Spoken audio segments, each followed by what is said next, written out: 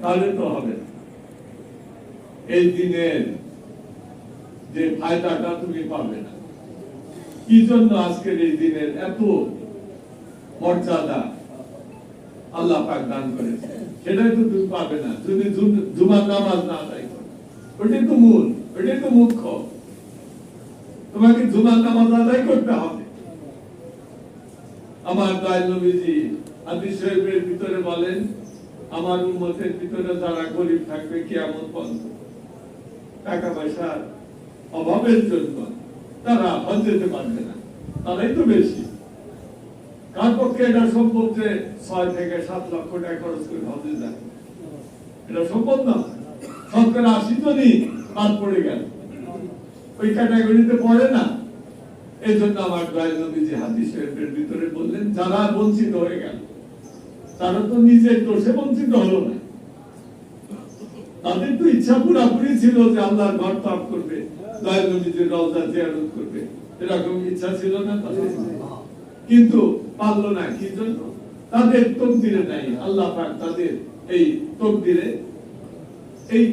এই বিষয়টা রাখেন না, অর্থাৎ তারা পারবে না, এটা আল্লাহ পাক বিধান তাদের তকদিরের ব্যবস্থা করে রেখেছে, ওটা আল্লাহ পাকের ইচ্ছা।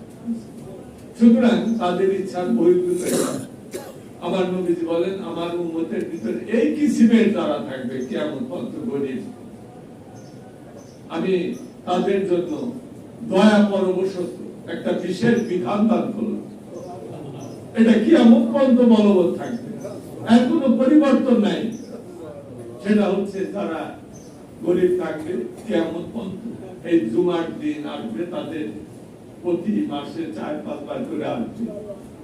তারা যখন জুমার নামাজ আদায় করবে, সঠিকভাবে আদায় করবে, এই জুমার নামাজকে আল্লাহ পাক তাদের জন্য একটা মাবরুর হজ হিসাবে কবুল করবেন। তাদের হজ যেতে হবে না, তারা জুমার নামাজটা আদায় করবে শুধু, কিন্তু এই নামাজটা সঠিকভাবে আদায় করতে হবে। ঠিকভাবে যদি আদায় না করে তাহলে এই পাবে, পুরস্কার পাবে। সঠিকভাবে যদি আদায় করে তাহলে আল্লাহ পাক এই জুমার নামাজ তো কবুল করবেনই, এই জুমার নামাজকে একটি হজ্জে মাবরুর হিসাবে কবুল। হজ্জে মাবরুরটা কি? হজ্জে মাবরুর হচ্ছে যে হজ আল্লাহর দরবারে কবুল হয়েছে। আল্লাহ যে হজকে কবুল করেন, সব হজকে কি আল্লাহ কবুল করেন না? সব হজকে কবুল করেন না। কবুল করেন কোন হজকে? কোন হাজির হজকে আল্লাহ কবুল করেন? যাদের হজের ভিতরে হুজুরি কাল থাকে, যারা সম্পূর্ণভাবে আল্লাহর ওয়াস্তে, শুধু আল্লাহকে খুশি করার জন্য, এবং দিলকে উপস্থিতি রেখে, শুধু শরীরকে উপস্থিত করলে ইবাদত হয় না। তুমি ইবাদতের ভিতরে শুধু শরীরকে উপস্থিত করে দিয়েছো, যেমন নামাজে তুমি দাঁড়িয়েছো, এখানে তো শরীরকে উপস্থিত করে দিয়েছো, সবই ঠিক আছে। রুকু, কিয়াম ঠিক আছে, কিয়াম মানে কি? দাঁড়ানো, সেটা ঠিক আছে। রুকু যে আমরা মাথা নিচা করে করি, ওই রুকু, ওটাও ঠিক আছে। এগুলো হচ্ছে শারীরিক, এগুলো হচ্ছে তোমার শারীরিক সুরত। নামাজের ভিতরে শারীরিক সুরত আছে না? নামাজের ভিতরে কিভাবে তুমি নামাজ আদায় করো, ওটা বাইরের থেকে দেখলে বোঝা যাবে। এখানে 4টা সুরত থাকবে নামাজের, দৈহিক সুরত। দৈহিক সুরত কয়টা থাকবে? 4টা। কি কি থাকবে? কিয়ামত। নামাজের ভিতরে অবশ্যই তোমাকে দাঁড়াতে হবে, যদি সেই নামাজটা ফরজ নামাজ হয়, অবশ্যই দাঁড়াতে হবে। তুমি যদি নামাজে না দাঁড়াও, নামাজ হবে না। ওজোর দাঁড়াতে পারে না, তার সমস্যা আছে, মাথায় সমস্যা আছে, দাঁড়াতে পারে না, তখন তার জন্য ছাড় দেওয়া আছে, মাফ করে দিয়েছে। সে দাঁড়াতে পারে না, বসে করবে, এটাকে বলা হয় ওজোর। ওজোর আছে, সে করবে, তার জন্য মাফ আছে। কিন্তু যদি ওজন না থাকে, তুমি এমনি দুর্বলতা অবস্থা, একটু খারাপ দুর্বল লাগছে, বসে পড়বে, হবে না। নামাজ অবশ্যই দাঁড়াতে হবে, যদি সেটা ফরজ, ওয়াজিব এবং সুন্নতে মুআক্কাদা। হ্যাঁ, সুন্নতে গায়ে মুআক্কাদ নফল নামাজ, ওগুলো তুমি বসে পড়তে পারো। তোমার শারীরিক সামর্থ্য আছে দাঁড়িয়ে পড়া, তারপরে বসে পড়তে পারো, এতে তোমার ওই নফল নামাজ কোনো ক্ষতি হবে না, ওটা আদায় হয়ে যাবে। কিন্তু নামাজ যদি সেটা ফরজ হয়, ওয়াজিব হয়, সুন্নতে মুআক্কাদা, অবশ্যই দাঁড়িয়ে পড়তে হবে। এটা হচ্ছে নামাজের দৈহিক সুরত। প্রথমটা হচ্ছে তোমাকে দাঁড়াতে হবে, কিয়ামুন। দ্বিতীয় হচ্ছে রুকুন, রুকু।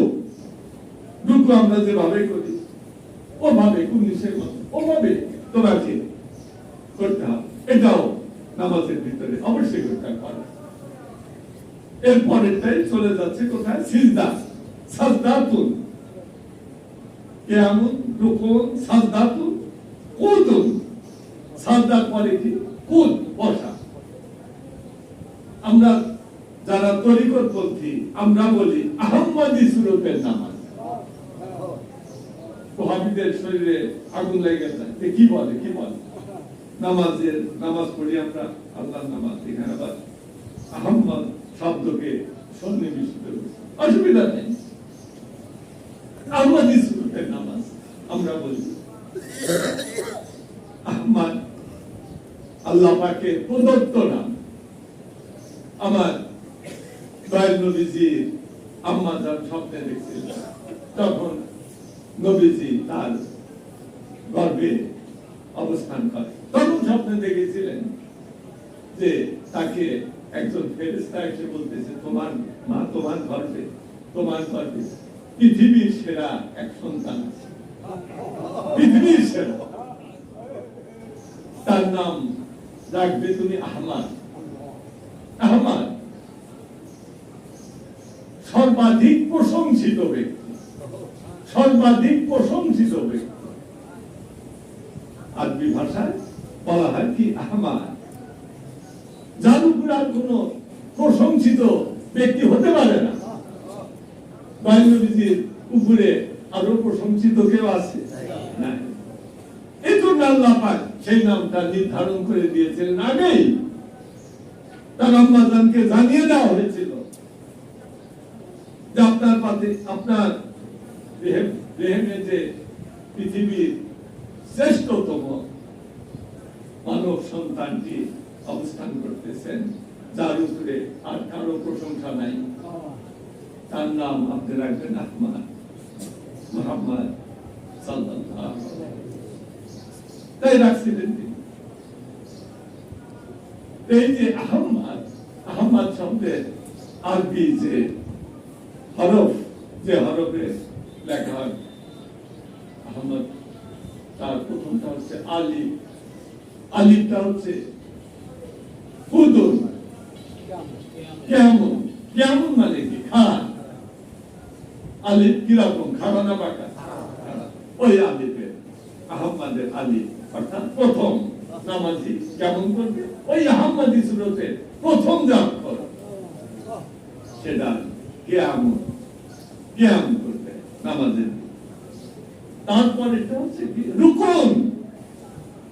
রুকু, হা, আলেফের পরে হা, আলেফের পরে মিম না, হা।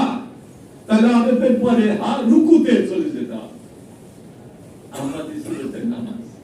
তাহলে নামাজের প্রথম হচ্ছে কিয়ামুন, দাঁড়ানো, তারপরে হচ্ছে রুকুন, তারপরে কোথায় যাচ্ছি আমরা? সাজদা। মিমে চলে যেতে, মিম, মিমে যে নিচের যে ইটা আছে, এটার নাম লেখা, ওটা তুমি আমরা লেখার সময় ওটা মুছে দিই। তাহলে সিজদার সুরতটা কিরকম হচ্ছে? মিমের মতো। এরপরে হচ্ছে কুদুন, বসা।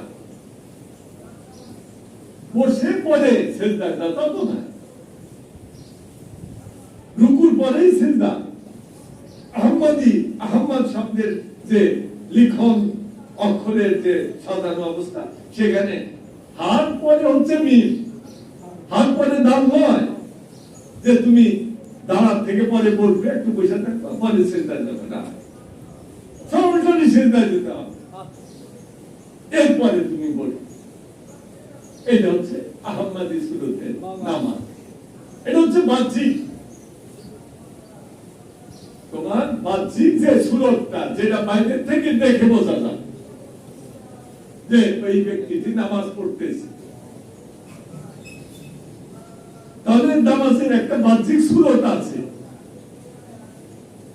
এই সুরতে তুমি নামাজ আদায় করো, বাইরে থেকে দেখলে বোঝা যায় যে নামাজ পড়তেছে ওই লোকটা। রোজা যে করে তাকেও দেখে বোঝা যায় যে সারাদিন কিছু খাচ্ছে না। গোপনে যদি খায় সেটা আলাদা ব্যাপার, সেটা তো আল্লাহ দেখবে। সবকিছু কি তুমি দেখতে পারবে? কে এই রোজা করলো আর করলো না, যদি সে গোপনে গিয়ে কিছু খায় তাহলে কে দেখবে? তাহলে রোজাটা আল্লাহ পাক হাদিসুল কুদসিতে বলছেন, রোজা আমার বান্দা আমার জন্যই করে। সে ইচ্ছা করলে গোপনে রোজাটা ভাঙতেও পারত, কিন্তু সে কিন্তু আমার ভয়ে রোজাটা আমার জন্য করে। এই যে কত রমজান আমরা করলাম, পুরা মাস না খেয়ে থাকলাম, শাওয়াল মাসে আরো 6টা রোজা করার কথা বলা করবে, ফায়দা আছে, অসীম ফায়দা, করতে হবে।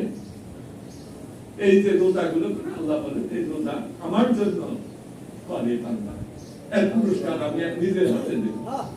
ওয়ানা ওয়ানা আজিবি ওয়ানা উজ্জাবি, বলা হাদিসুল কুদসি, রোজা বান্দা আমার জন্য করে, এই পুরস্কার আমি নিজের হাতে দেব। অথবা এর দ্বারা একই যে আপনি গ্রামাটিক্যাল যে শব্দার্থ চয়ন করা হয়, সেখানে দুইটা মানে হয়। এটা কি হাদিসে একটা হচ্ছে আল্লাহ বলে রোজা আমার জন্য, এবং আমি তার নিজ হাতে তার পুরস্কার। আমার এই দ্বারা বল হচ্ছে আজিবি ও উজ্জাবি, রোজা আমার জন্য, আমি নিজেই রোজাদারের পুরস্কার। আল্লাহ পাক বলেন আমি নিজেই তার পুরস্কার পেয়ে। আমরা যদি নিজেই পুরস্কার হয়ে যান, তাহলে আর কোন দানের আর কোন পুরস্কারের বাকি আছে? এখন এত যা পুরস্কারের মূল্য, সেটা কি একবারে খুব যেন তেন ভাবে করলেই আদায় হয়ে যাবে? হবে না, ওটাকে সঠিকভাবে আদায় করতে হবে। আমার আল্লাহ পাক কোরআনের ভিতরে বলেছেন তোমরা নামাজ পড়ো, ঠিক আছে, সব ঠিক, কিন্তু নামাজের ভিতরে যদি দুইটা বিষ থাকে, বিষ খালে মানুষ বাঁচবে নাকি? একদিন যদি কেউ খায়, আত্মহত্যা করবার জন্য দেখে খায় না, ওই যদি একদিন খায় তাহলে সে মরবে। মরার একটা সময় আছে, খাওয়ার সাথে সাথে মরবে, খাওয়ার সাথে সাথে মরবে না। যেমন একদিন খাইছে, এর মরার জন্য খাওয়ার পরে 12 ঘন্টা সময় লাগবে মরতে, 12 ঘন্টা, এরকম নিয়ে টাইম দেওয়া আছে। এই টাইম দেওয়া আছে, ফ্যাটাল ডোজ, কোন সময় কতটুকু খাইলে মরবো, কত সময়ের ভিতরে মরবো, এগুলো নির্ধারণ করে দেওয়া আছে। কিন্তু নামাজের ভিতরে যে বীজ যদি তুমি খাও, তাহলে ওই নামাজ যে ইবাদত, ওই ইবাদতটার মরতে সময় ওই 2 ঘন্টা সময় লাগবে না, 12 ঘন্টা লাগবে না, ওটার সাথে সাথেই ওই নামাজের মৃত্যু হবে। ফাওয়াইলুল লিল মুসাল্লিন আল্লাযিনা হুম আন সালাতিহিম সাহুন, একটা বীজ, আল্লাযিনা হুম ইউরাউনা ওয়া ইন্নাহুনা ইউরাউনা, রিয়া। তাহলে দুইটা বীজ এসে গেছে। একটা সাহুন, সাহুন মানে অমনোযোগী, তুমি অমনোযোগিতার সাথে নামাজ পড়ছো, এটাও একটা বীজ, ইবাদতের বীজ, এটা খেলে ইবাদত বাঁচে না। দ্বিতীয়টা হচ্ছে রিয়া। ওই রিয়া করলেও ইবাদত বাঁচে না। আমার নবীজি বলছেন যে রিয়াটা হচ্ছে আর রিয়াও শেরকুন খাফিউন, রিয়াটা হচ্ছে গোপন শিরক। যারা মূর্তি পূজক তারা মূর্তি পূজা করে, এটা প্রকাশ্য শিরক।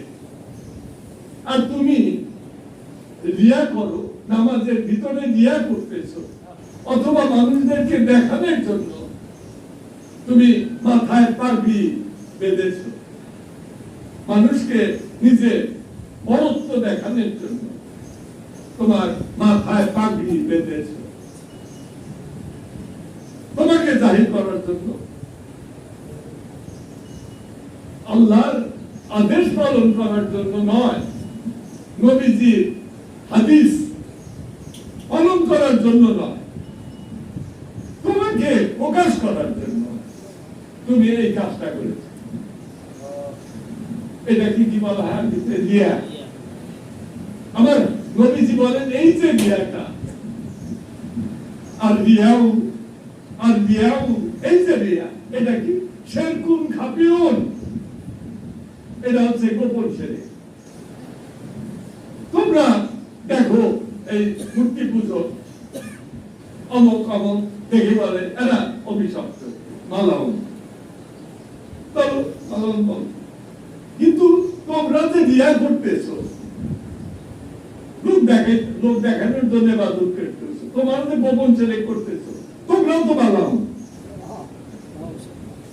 নিজেরাও তো মালাউন, এক মালাউন আরেকজনের মালাউন, তুমি তো নিজেই মালাউন।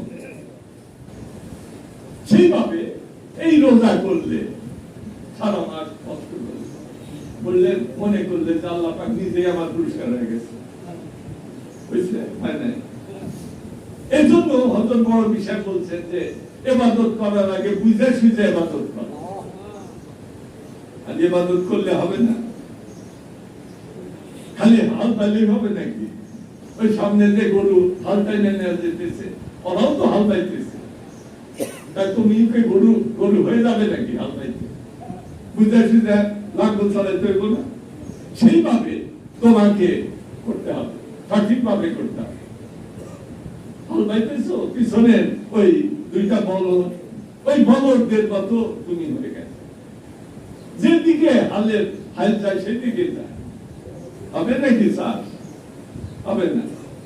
এইভাবে তোমাকে ঠিক করতে হবে ইবাদত বন্দেগী তুমি কি করো, তাহলেই সে তোমার পুরস্কার, নাহলে তো পুরস্কার নয়। আমাদের ইবাদত বন্দেগী যাই করি আমরা, আজকে আমরা মনে করতেছি আমরা জুমার নামাজ পড়লাম, গরিব মানুষ 6 লক্ষ বাড়িতে হিসাব করে দেখেন যে 7 লাখ টাকা নাই, হজরের 7 লাখ টাকা, কয় লাখ লাগে? 6-7 লাখ লাগে। 6-7 লাখের তো খরচ দিলেই রাস্তা, তারপরে বাড়িতে রেখে তো এগুলো আছে নাকি হিসাব করে 10 লাখ টাকা তুমি নামাজ, তাহলে দেখো তোমার আছে কিনা? নাই। তুমি তো খুশি হয়েছে আমার নাই, আমি তো জুমার নামাজটা পড়ছি, আল্লাহ পাক আমাকে এটা মাবরুর হজ দান করছেন না, কারণ তোমার নামাজই তো হয় না, এর ভিতরে তো বিষ ছিল। রিয়া করি না, আমি রিয়া করি না, ঠিক আছে রিয়া করো নাই, কিন্তু সাউন্ড তো করছো, সাউন্ড মানে কি? অমনোযোগিতা, হুজুরি কাল নাই, ছিল না। আমার নবীজি বলে লা সালাতা ইল্লা বে হুজুরি কাল, না সালাতা সালাতে হবে না, তাহলে ওই সালাত নিয়ে তোমার লাফালাফি করে কোনো লাভ নাই। আমার নবীজি বলছেন সালাতই হবে না, তাহলে যে বাতিনি শর্তটা আদায় করো নাই নামাজের ভিতরে, নামাজই তোমার কবুল হয় নাই। আসমান জমিনের মাঝখানে আমার নবীজি বলেন তোমার ইবাদত, তোমার প্রার্থনা ঝুলন্ত অবস্থায় থাকবে, আল্লাহর কাছে বুঝবেন। ইন্না দুআ মাওকুফুন বাইনা সামাই ওয়াল আরদি, বাইনা সামাই ওয়াল আরদি, আসমান এবং জমিনের মাঝখানে তোমার দোয়া অবশ্যই গিয়ে আটকে যাবে, উপরে উঠবে না, আল্লাহর কাছে বুঝবে না। তোমার দরখাস্তই তো উপর আল্লাহর কাছে গেল না, সেটা বিবেচনা হবে কি করে? দরখাস্তই তো গেল না, তাহলে তুমি কি করে সেই পুরস্কার পাবে? কি করে তোমার সম্বন্ধে বিবেচনা করা হবে উদ্যোগ কর্তৃপক্ষে? হবে না। তোমার নামাজ বিফলে চলে গেল, তোমার নামাজ বিফলে চলে গেল, মনে করলে যে তুমি আজকে তোমার নামাজ পড়ে একটা মাবরুর হজ কামাই করে নিয়ে গেলে, আসলে কিছুই হয় না। তাই আমাদের শিখতে হবে, আমাদের প্রশিক্ষণ দিতে হবে কেমন করে হুজুর কালবে নামাজ আদায় করতে হবে। খাজা বাবা বলেন যে পরিচর্যা করতে হয়, চর্চা করতে হয়, চর্চা ছাড়া কিছু হয় না। এই যে যখন ট্রেনিং দেওয়া হয়, আমরা ছোটবেলায় স্কুলে পিটি করে, পিটি স্যারে পিটি করে কিরকম ভাবে এই লাইন ধরে দাঁড়িয়ে লেফট রাইট বলেন, এটা কেন করে? এটা একটা চর্চা, শারীরিক চর্চা। ওরা ওদের মতো করে তো খ্রিস্টান, তারা মুসলমানের কথা হতেছে রাইট লেফট। মুসলমানরা যখন আগের যুগে তারা শিক্ষা ছিল আমাদের, সেই শিক্ষাটা ছিল কি রাইট লেফট, আগে রাইট আগে, রাইট মানে কি ডান, পরে লেফট। কিন্তু খ্রিস্টানরা যখন আসলো উল্টিয়ে দিল সম্পূর্ণ, ইসলামের যে শিক্ষা সম্পূর্ণ উল্টিয়ে দিল। তারা কি বললো? লেফট রাইট মানে ডান। রাইট আরবি শব্দের আরেকটা অর্থ হচ্ছে রাইট মানে সত্য। আগে সত্য না বলে আগে বলবো লেফট। তোমার শিক্ষার ভিতরে তো গলত হয়ে গেছে। আগে তো আমাদের ভিতরে, মনের ভিতরে আমাদের এই শিক্ষাটা আনা উচিত ছিল, আগে হচ্ছে সত্য, পরে অন্য জিনিস। আগে সত্যকে প্রতিষ্ঠিত করতে হবে, আগে রাইট লেফট বলা হচ্ছে লেফট রাইট, সম্পূর্ণ উল্টিয়ে দেওয়া হলো। এটা হচ্ছে শিক্ষা ব্যবস্থা চরম বিপদ। সুতরাং আমাদের কিছু সতর্ক থাকতে হবে, স্বাস্থ্যগত বিষয়ে সতর্কতা, এগুলো আমাদের জরুরি। এজন্য আমাদের বেশি তরল জাতীয়, যেমন পোরশাল, ডাবের পানি, তারপরে লেবুর শরবত, এগুলো বেশি খাবো। আর একটা হচ্ছে এই গরমের ভিতরে, রোদের ভিতরে সবসময় জল, হিটস্ট্রোক বলা হয়, সানস্ট্রোক, হিটস্ট্রোক, বেশি করে যারা বয়স হয়ে গেছে তাদের বিপদ বেশি। সুতরাং সতর্কতা অবলম্বন করতে হবে। আর হিটস্ট্রোক হয় যেত প্রচন্ড গরমে, তারা বয়স বেশি, তাদের হিটস্ট্রোক হতে পারে, বয়স্ট্রোক জরুরি। এই সব অবস্থায় চিকিৎসা যায়, তার সময় পানি দিয়ে এইভাবে শরীর ঠান্ডা করতে হবে। আর একটা হচ্ছে হোমিওপ্যাথি, একটা মাত্র ওষুধ আছে, তার নাম হচ্ছে গ্লোনায়। এটা বাড়িতে রেখে 30 পাওয়া, যদি এরকম কোনো কারো অসুবিধা হয়, গ্লোনায় 30 পাওয়া 4-5 বড়ি খায়, বাড়িতে রাখলে হাতের কাছে একটা সাপোর্ট পথ, এগুলো আমাদের করা উচিত, সতর্কতা থাকা। আর হইতেছে তরিকার বিষয়, তরিকা যেটা আমাদের গ্রহণ করতে হবে। আমার নবীজি বলছেন যে কখনো তোমরা রাস্তা ছাড়া চলতে পারবে না, রাস্তাতে তোমাদের চলতে হবে। দুনিয়ায় জীবন যাপন করে, এখানেও তোমার রাস্তায় হাঁটতে হবে, দুনিয়ার রাস্তায় তোমাকে হাঁটতে হবে। আর পরকালের ক্ষেত্রের যে রাস্তা, যেটা সঙ্গে দুনিয়ার রাস্তার কোন মিল নাই, সেটা হচ্ছে পরকালের রাস্তা। আমার নবীজি বলছেন যে তুমি যদি আল্লাহর কাছে বুঝতে চাও, তাহলে এই রাস্তায় চল, সোজা রাস্তায় চল। একবার হুজুর সাল্লাল্লাহু আলাইহি সাল্লাম একটা কাঠি চারা জমিনের উপরে লম্বা করে একটা রেখা অঙ্কন করে সাহাবায়ে কেরামকে বললেন যে এগুলো কি? এটা কাটা, এটা কি? হুজুর, এটা একটা সরল রেখা। তো এটা তো আমি রেখা, সরল রেখা হিসাবে টানলাম, কিন্তু এর ভিতরে তাৎপর্য আছে। এই রেখাটা কিন্তু তোমরা শুধু একটা অঙ্কন মনে করো না, এর ভিতরে তাৎপর্য আছে। সেই তাৎপর্য হচ্ছে, এটা হচ্ছে এই রেখাটার দ্বারা আমি সিরাতুল মুস্তাকিম কে বুঝাইছি, সোজা রাস্তা। এই বলে তিনি ডান দিকে ওই রেখার ডান দিকে অনেক রেখা আঁকলেন, বললেন এগুলো কি ডান দিকে? কয় এগুলো তো রেখা। নবীজি বললেন এই যে ডান দিকের রেখা, যে রাস্তা সিরাতুল মুস্তাকিম, সোজা রাস্তা, যে রাস্তায় উঠলে তোমরা ওই রাস্তা থেকে ডান বাম কোন দিকে তাকাতে পারবে না। অনেকে ধর্মের দোহাই দিয়ে ডান দিকে নতুন নতুন রাস্তা তৈরি করে, ওগুলো তারা ডাইনের রেখাকে বলে। আর যারা বিধর্মী, ধর্ম মানে না, তাদের তো চেনই, কাফের মুনাফিক, চেনাই না।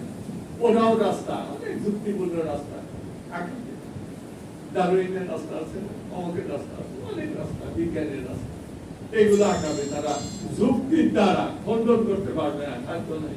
তোমার যে বুদ্ধি, ওই বুদ্ধি দ্বারা ওই শয়তানের সাথে পারবা না। ওইগুলো হইতেছে এই ধর্মের রাস্তা, আমি বুঝাইছি। এখন ডাইনের রেখার দ্বারা, ডাইনের মানে যারা ধর্ম নিয়ে ওহাবি, তোমাদের মিলাদ শরীফের বিরোধিতা করবো, খুব যুক্তি দিব যে হাদিসে নেই, হাদিসে নেই, তাদের মিশা কথা। কিন্তু তারা তো দাঁড় করাইছে এবং সঠিকভাবে দাঁড়, এমন ভাবে দাঁড় করে দৃঢ়, এত সহজে ওকে ধাক্কা দিয়ে ফেলে দিতে পারবে না, এমন ভাবে দাঁড় করাইছে। ওটা একটা রাস্তা হয়ে গেছে, ওহাবি রাস্তা হয়েছে। ওটা থাকবে, আমার নবী কেমন তত্ত্ব থাকবে, খাবেজি, রাফেজি, কত রকম রাস্তা, রাস্তা শেষ আছে, ধর্মের নামের রাস্তা, রাস্তার শেষ নাই, এগুলো আছে। এই ডাইনের রাস্তা, যদিও ডাইন ডাইন ডাইন ভালো, ডাইন ভালো, right left, right left, left খারাপ, তাও জানো, সবই জানো, কিন্তু এই ডাইনের দোহাই দিলেই ওই ডাইনের রাস্তা উঠা যাবে। যতই বলুন যে মিলাদ পড়া যাবে না, মিলাদ পড়া যাবে না, আমাদের তো দেয়, কিছুতেই যাওয়া যাবে না, গেলে মরবা, আমার নবী গেলেই মরবা। কারণ এই যে মাঝখানে যে সোজা রাস্তাটা, এই যে আসল ডাইন বাম বলে কথা নাই, সোজা সিরাতুল মুস্তাকিম, এই রাস্তাতে চলবে একবারে মোদের, এই রাস্তায় উঠবা, এটা বেহেশতের রাস্তা, সিরাতুল মুস্তাকিম। আমাদের প্রিয় কবি নজরুল বলছেন যে মোদের আখের মোকাম ফেরদাউস, খোদার আসন যেথায় হয়। এই রাস্তার এই দিকে থেকে উঠবা, ওই দিকে বুঝবা, সেইখানেই হচ্ছে তোমার আখের মোকাম। আখের মানে কিসের? মোকাম মানে কি স্থান, মোকাম মানে কি স্থান। তোমার আমার আখের মোকাম কোনটা? ফেরদাউস। ফেরদাউসের নাম শোনো নাই? বেহেশত, সর্বশ্রেষ্ঠ বেহেশত। সেই বেহেশতের ভিতরে যে আল্লাহর আসন আছে, ওই আসন আমাদের থাকে, ওখানে আমরা যাবো, এই রাস্তায় যদি থাকি। এজন্য আমাদের রাস্তা ঠিক করতে হবে। রাস্তা, রাস্তা কোন রাস্তায়, কোন রাস্তায়, রাস্তা তো শেষ নাই। তখন আল্লাহ পাক কোরআনের ভিতরে একটা ফয়সালা দিয়ে দিয়েছেন যে রাস্তা নিয়ে আর চিন্তা করতে হবে না। কোরআনে আল্লাহ পাক বলেন লিকুল্লি জাআলনা মিনকুম শিরআতাও ওয়া মিনহাজ। আল্লাহ বলেন তোমাদের জন্য আমি দুইটা রাস্তা তৈরি করে দিয়েছি, ওই দুইটা রাস্তা অভিন্ন। এই দুনিয়ায় ওই রাস্তারই একটা দুনিয়ার অংশ, আর একটা হচ্ছে আখিরাতের অংশ। এই দুইটা অংশ মিলে একটা রাস্তা। এই রাস্তাকে তোমাদের জন্য আমি তৈরি করেছি। প্রথমটার নাম হচ্ছে শরীয়ত, জুডিশিয়াল ওয়ে অফ ইসলাম। তাফসীরে অনেকটা তাবলিগ লেখা, ওখানে বলা হয়েছে এটা হচ্ছে শরীয়তটাকে, শরীয়তটা হচ্ছে জুডিশিয়াল ওয়ে অফ ইসলাম, ইসলামের আইনের রাস্তা। আইন সবসময় জটিল, আইন সবসময় জটিল। একই অভিযোগ, একই অভিযোগে একজন ভালো যুক্তি উকিল, ভালো যুক্তি দিছে, ভালো, সে মুক্তি পায় গেছে। আবার ওই একই অভিযোগে আরেকজন উকিল খারাপ, সে কি যুক্তি দিছে, জজ মানে নাই, আগে মৃত্যুদণ্ড। একই তো ব্যাপার, একই আইন না, একই ল। এই একই লয়ে দুইজনের একই শাস্তি, ভিন্ন শাস্তি হলো। একজন মুক্তি পেয়ে গেল, আর একজনের সাজা হয়ে গেল। এটা কি?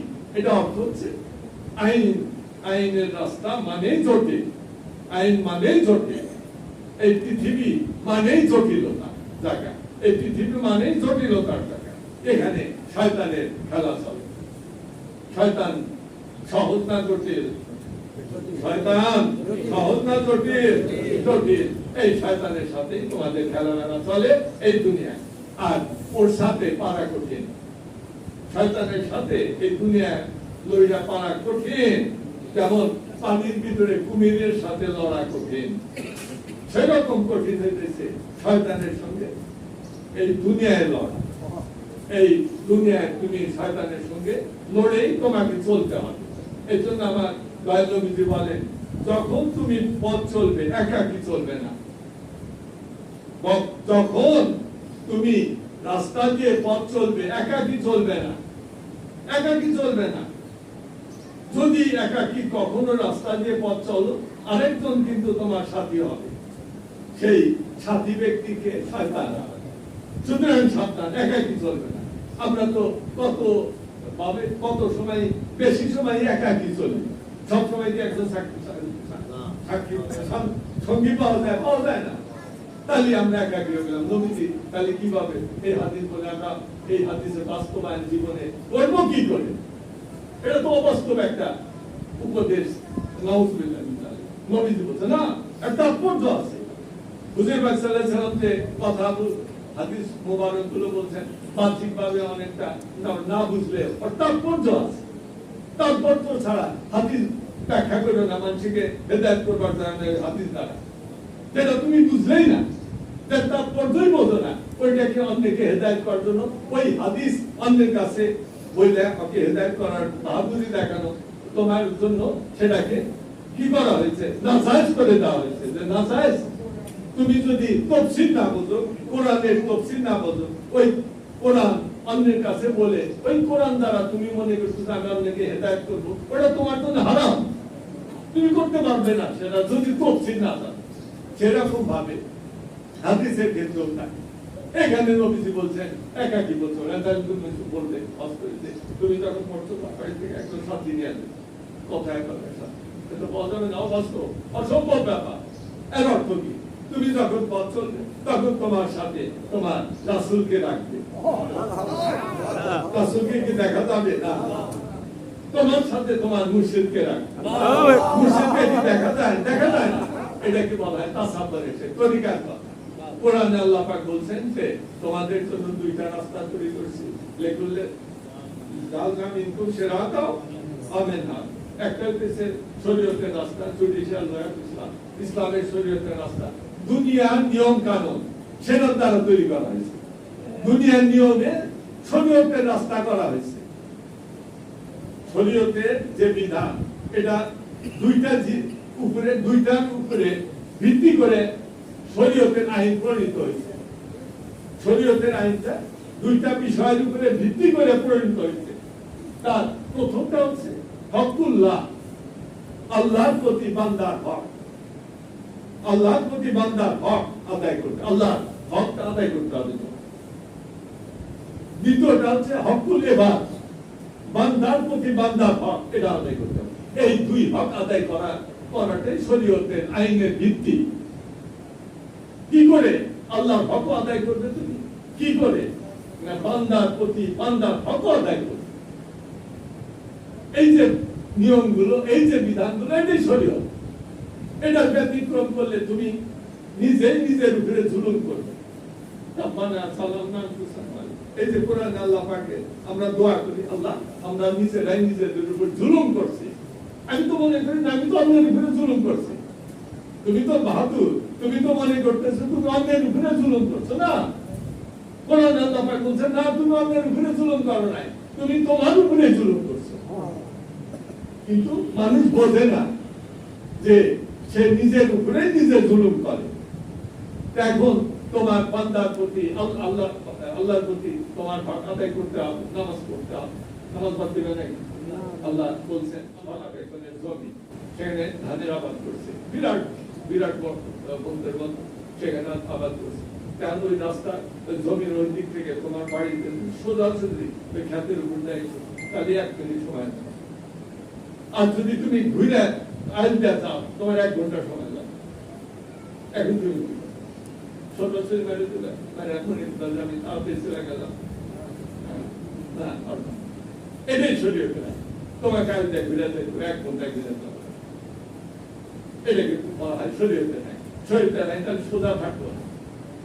শরীয়তে আইন সোজা নয়, ঘুরে ঘুরে যাওয়া লাগবে, ঘুরে যাওয়া লাগবে, এটা শরীয়ত। আর তরিকত, তরিকত হচ্ছে মিনহাজ, এই কোরআন আল্লাহ বলছে ওটা হচ্ছে মিনহাজ। মিনহাজটা কি? বেহেশতের রাস্তা। বেহেশতের রাস্তা কোনোদিন আঁকা বাঁকা না। আদম আলাইহিস সালাম বিবি হাওয়া বেহেশতে অনেকদিন আল্লাহ রাখছিলেন, ওখানে যে তারা হাঁটাচলা করছে, কোনো বাঁকা রাস্তা হাঁটে না। যে রাস্তায় উঠছেন ওইটাই সোজা রাস্তা। বেহেশতের রাস্তা কোনো বাঁকা নাই, খুব আরামে হাঁটছে। বেহেশতে আদম আলাইহিস সালাম হাওয়া যতদিন ছিলেন খুব আরামে হাঁটছে। কিন্তু এরকম করছে শয়তান, ওখানেও শয়তান লাগছে। এখানেও তো শয়তানের পুরা রাজত্ব, আর ওখানে আংশিক রাজত্ব। দূরের থেকে শয়তান ওয়াসওয়াসা দিয়েছে আদমকে, সাপের শুরুত বেড়ে ঢুকছে। ওরা বাইবেলের ভিতরে বলা হয় সাপই ধোঁকা দিছিল, সাপ ধোঁকা দিছিল, সাপ আদমকে ধোঁকা দিছে। আদম আলাইহিস সালামকে এটা বিশ্বাস করা যায় না, কিন্তু কোরআন আল্লাহ বলছে শয়তান ধোঁকা দিছে। যে শুরুতেই দিক, সাপের শুরু দেয় না শয়তান, কালা বিলের শুরু নেয় না, কুত্তার শুরু নেয়, ওই সাপের শুরুতে ধোঁকা দিছে। কিন্তু বাইবেলে তো ওটা বলতে নেই, ওর মধ্যে সাপের ধোঁকা দিছে। যাই না, এখন ওই মিনহাজ শব্দের অর্থ হচ্ছে যে সোজা রাস্তা। তাফসীরে ব্যাখ্যা বলেছে মিনহাজ শব্দের কোরআন আল্লাহ বলছে লিকুল্লি জাআলনা মিনকুম শিরাতান ওয়া মিনহাজ। এই মিনহাজ শব্দের অর্থ কি? মিনহাজ শব্দের অর্থ স্ট্রেট ওয়ে, প্লেন ওয়ে, বেহেশতের রাস্তা। দুনিয়ার রাস্তা আঁকা, বেহেশতের রাস্তা সোজা। তুমি যদি কোনো ক্রমে বেহেশতের রাস্তা উঠতে পারো, ওই বেহেশতের রাস্তা, ওটা অর্থ হইতে তুমি বেহেশতে প্রবেশ করলে। বেহেশতের রাস্তা উঠছো তুমি, তার অর্থ হচ্ছে বেহেশতের রাস্তায় প্রবেশ করবে। এই জন্য এই দুনিয়ায় তুমি ওই বেহেশতের রাস্তায় উঠবে কি করে? কোরআনে আল্লাহ পাক বলছেন ওই বেহেশতের রাস্তা মানে মিনহাজ। এখন মিনহাজ তাফসীরে ব্যাখ্যা বলা হয়েছে মিনহাজ হচ্ছে তরিকা, তরিকার রাস্তায় মিনহাজ। তাহলে তুমি একটা তরিকা নিতে হবে, সেটা নকশবন্দি মুজাদ্দিদের ইস্তেয়া কাটিয়া সারণে কত তরিকা, তার ভিতরে শ্রেষ্ঠ তরিকা হচ্ছে মুজাদ্দিদের, যেটার ভিতরে আল্লাহ পাক আমার মুজাদ্দিদ আল হুসাইনি রাহমাতুল্লাহ আলাইহি বলেন যে আল্লাহ পাক আমার নিকট ওয়াদা করেছে যারা এই মুজাদ্দিদের তরিকা গ্রহণ করবে, আল্লাহ পাক ওয়াদা করেছেন। আল্লাহর ওয়াদার কি খেলাফ আছে? লা ইউখলিফুল্লাহু ওয়াদাহু, আল্লাহর ওয়াদার খেলাফ নাই। সেই আল্লাহ ওয়াদা করেছেন যে আল্লাহর ওয়াদার খেলাফ নাই। আল্লাহ ওয়াদা করেছেন হে আমার বন্ধু মুজাদ্দিদ, আমি আপনার নিকট ওয়াদা করলাম যারা আপনার সময় আপনার হাতে সেই মুজাদ্দিদের তরিকা গ্রহণ করবে, এবং আরেকটা শর্ত আছে, সব মুসলমানদেরকে আল্লাহ পাক মাফ করবেন নাকি? এজিদ, সীমা, ওই শয়তানগুলা, আব্দুল্লাহ ইবনে উবাই, এগুলোকে আল্লাহ মাফ করবেন, জাহান্নামের সর্বনিম্ন দিবেন না? নামে তো মুসলমান। এজিদ হযরত আমির হামজার বেটা, আমিরে মুআবিয়ার বেটা। এই আমিরে মুআবিয়ার বেটা যে শরীয়তের যদি সাধারণ ফর্মুলায় ফেলা, তাকে বলতে হবে তাবেঈন। এজিদকে কি তাবেঈন মানা যাবে না? ও কাফেরের আদম না, এই শয়তান। সুতরাং এই এজিদকে কি দাও দেব জান্নাতে আল্লাহ দেবেন না? দেবেন না। শিবা দেবেন না। আব্দুল্লাহ ইবনে উবাই কেন দেবেন না? নবীজিকে কষ্ট দিছে। আব্দুল্লাহ ইবনে উবাইয়ের অপরাধটা কি? সে তো ইসলাম কবুল করছে, সে তো নবীজির সাথে কণ্ঠস্বর মিলে কালেমা পড়ে ইসলাম কবুল করছে, নামাজ পড়ছে, রোজা করছে, সব করছে। তারপরে তার অপরাধটা কি? সে নবীজিকে কষ্ট দিছে। কোরআন আল্লাহ বলছেন ওই শয়তান নবীজিকে কষ্ট দিছে, যদিও সে কালেমা পড়ছে, নামাজ পড়ে, সব করছে, কিন্তু নবীজিকে কষ্ট দেওয়ার জন্য আল্লাহ পাক তাকে মুনাফিকি লকব দিলেন এবং ওর স্থানটা ঘোষণা করে দিলেন জাহান্নামের সর্বনিম্ন স্তর। কি লাভ হয়েছে? সেই ইসলামের পরিচয় কোন লাভ নাই। তার ইসলাম হয়ে গেল জাহান্নামের সর্বনিম্ন স্তরে। সে নবীজিকে কষ্ট দিয়েছিল। কি কষ্ট? নবীজির উপরে আঘাত করছিল না, মনের কষ্ট দিয়েছিল, মনে কষ্ট দিয়েছিল। কি বলছিল? হযরত আম্মা জান আয়েশা চরিত্রের উপরে কলঙ্ক লেপন করেছিল। আম্মা জান আয়েশা চরিত্রের উপরে কলঙ্ক লেপন করেছে। এই অপরাধের জন্য সে মুসলমান থেকে মুনাফিকের পর্যায়ে গেল এবং সেই মুনাফিকের শাস্তি ঘোষণা করা হলো। কি শাস্তি? জাহান্নামের সর্বনিম্ন স্তর। তাহলে সকল মুসলমানই কি জান্নাতি না? এই জন্য আমার আল্লাহ পাক বললেন, হে আমার বন্ধু, আপনার প্রার্থনা আমি কবুল করছি। আপনি যে প্রার্থনা করলেন 14 দিন বলে এক প্রার্থনায় রব্বি হাবলি মুরিদি, রব্বি হাবলি মুরিদি, রব্বি হাবলি মুরিদি, হে রব, হে আমার রব, আমার মুরিদ দানদেরকে মাফ করে দাও। সব মুরিদ দানের নাম করে রাখি, মুজাদ্দিদি না লক্ষ থাকলে পারতাম না।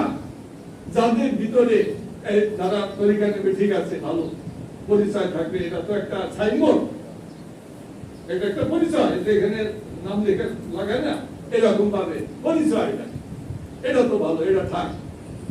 তারপরেও আরেকটা শর্ত আমি যোগ করে দিলাম, যারা আপনার এই তরিকার নিক আর না নিক, কিন্তু যাদের দিলের ভিতরে আপনার মহব্বত থাকবে, এটা শর্ত করে দিলাম।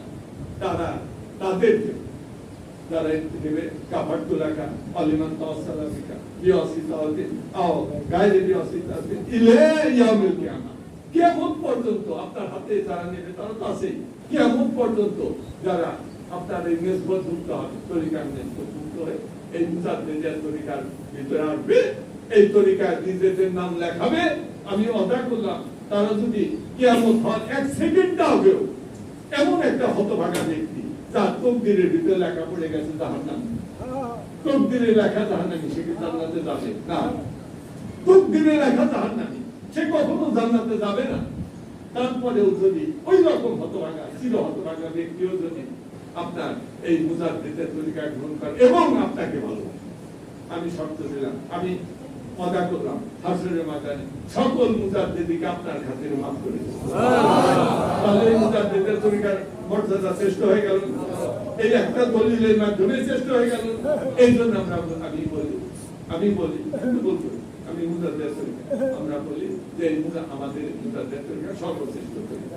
আমার সাথে সাথে সবাই পড়েন আউযু বিল্লাহ মিনাশ শাইতানির রাজিম, বিসমিল্লাহির রহমানির রহিম, কালিমায়ে তাইয়্যিবা, লা ইলাহা ইল্লাল্লাহু মুহাম্মাদুর রাসূলুল্লাহ, তাওবা আস্তাগফিরুল্লাহ রাব্বি মিন কুল্লি যামবি ওয়া আতুবু ইলাইহি।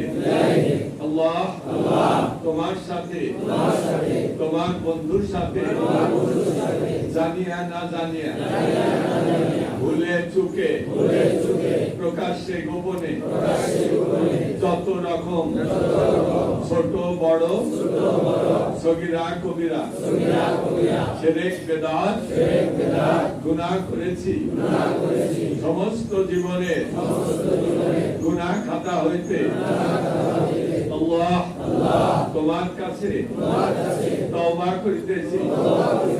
আল্লাহ, তোমার হাবিব পাকে কদম মুবারকে ওসিলায় তওবা কবুল করো, গুনাহ মাফ করো। আল্লাহ, তুমি তওবা কবুল করনে ওয়ালা মালিক, গফুরুর রহিম, বাদশার বাদশাহ। আমরা গুনাহগার বান্দা বান্দি। আল্লাহ, আর জীবনে পাপের কাজ করব না, মিথ্যা বলিব না, চুরি করিব না, হারাম খাইব না, খুন করব না, শিরক করব না, জিনা করব না। আল্লাহ, তোমার পাক নামে কসম করিয়া প্রতিজ্ঞা করিয়া বলিতেছি, হযরত রাসূল পাকের এই শব্দ তরিকা দাদা পীর দস্তগীর হযরত গাউসুল আজম খাজা বাবা শাহ এনায়েতপুরী শম্ভুগঞ্জে হুজুর পাকের দামন মুবারক নিসবত মরদম পর্যন্ত আর ছাড়বো না এই অঙ্গীকারে তরিকায় নকশাবন্দিয়া মুজাদ্দিদিয়া কবুল করিলাম সত্য তরিকায় চিরদিন কায়েম থাকবে।